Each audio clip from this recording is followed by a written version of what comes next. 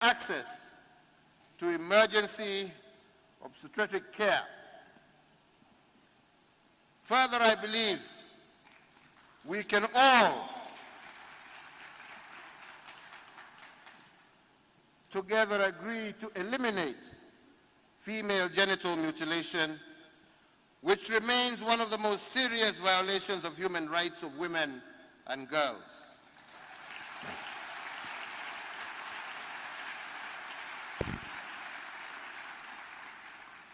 I would like to restate my personal commitment and that of the government of Kenya to providing the leadership necessary to ensure that this practice ends within this generation.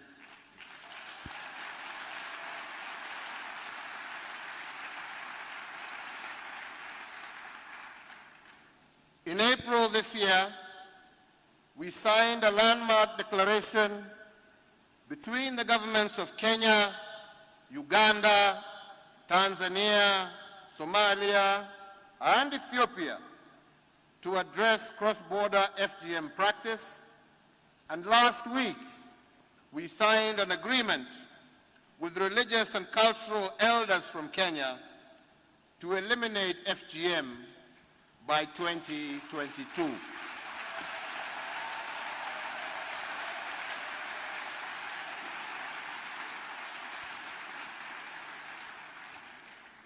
I also believe that we can all commit to eliminate violence against women and girls.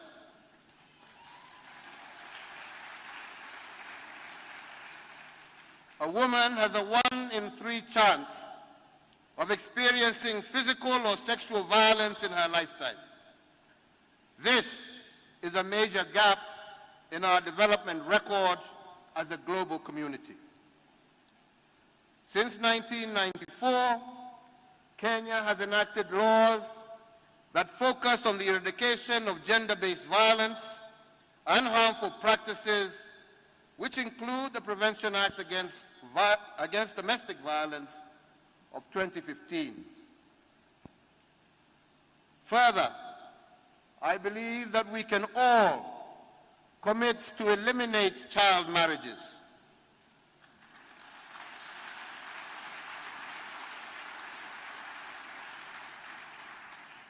The percentage of young women between 20 and 24 years of age who are married before their 18th birthday has declined from 34% in 1994 to 25% in 2019.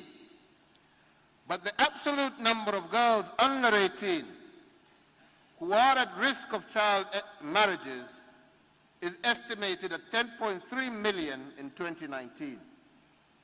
In Kenya, 23% of girls are married before their 18th birthday. Early marriages denies our girls a chance to achieve their full potential in education and limits their social economic contribution. I also believe that we can commit to accelerate women's equal participation and equitable representation at all levels of the political, public, and corporate sphere.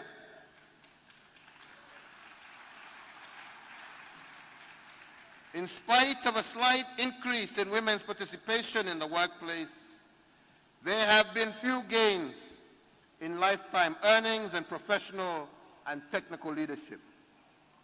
And yet, global analysis suggests that advances in women's equality in the workplace would add an additional $1.2 trillion to global growth by 2025.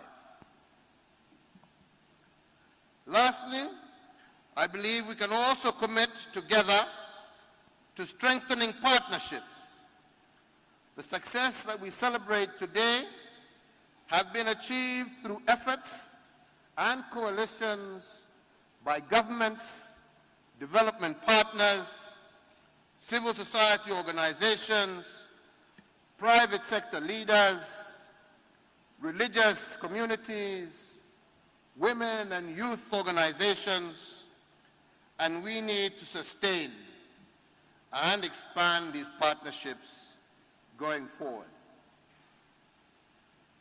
Your Excellencies, ladies and gentlemen, we need to accelerate the promise of Cairo in order to build sustainable, vibrant, and inclusive societies.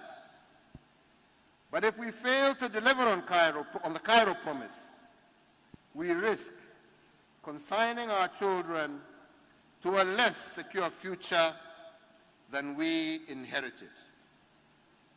I would at this moment like to thank the co-conveners of this summit, namely the Government of Denmark, the United Nations Population Fund, who have worked tirelessly, together with my government and other partners, to ensure that we have a program that is inspiring, that will be productive, and that will enable us to accelerate the promise. Let us march together for a purpose, and let us together deliver the promise to the future generations.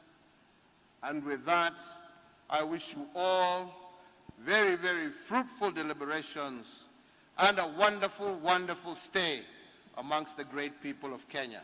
Asanteni sana. Thank you very much.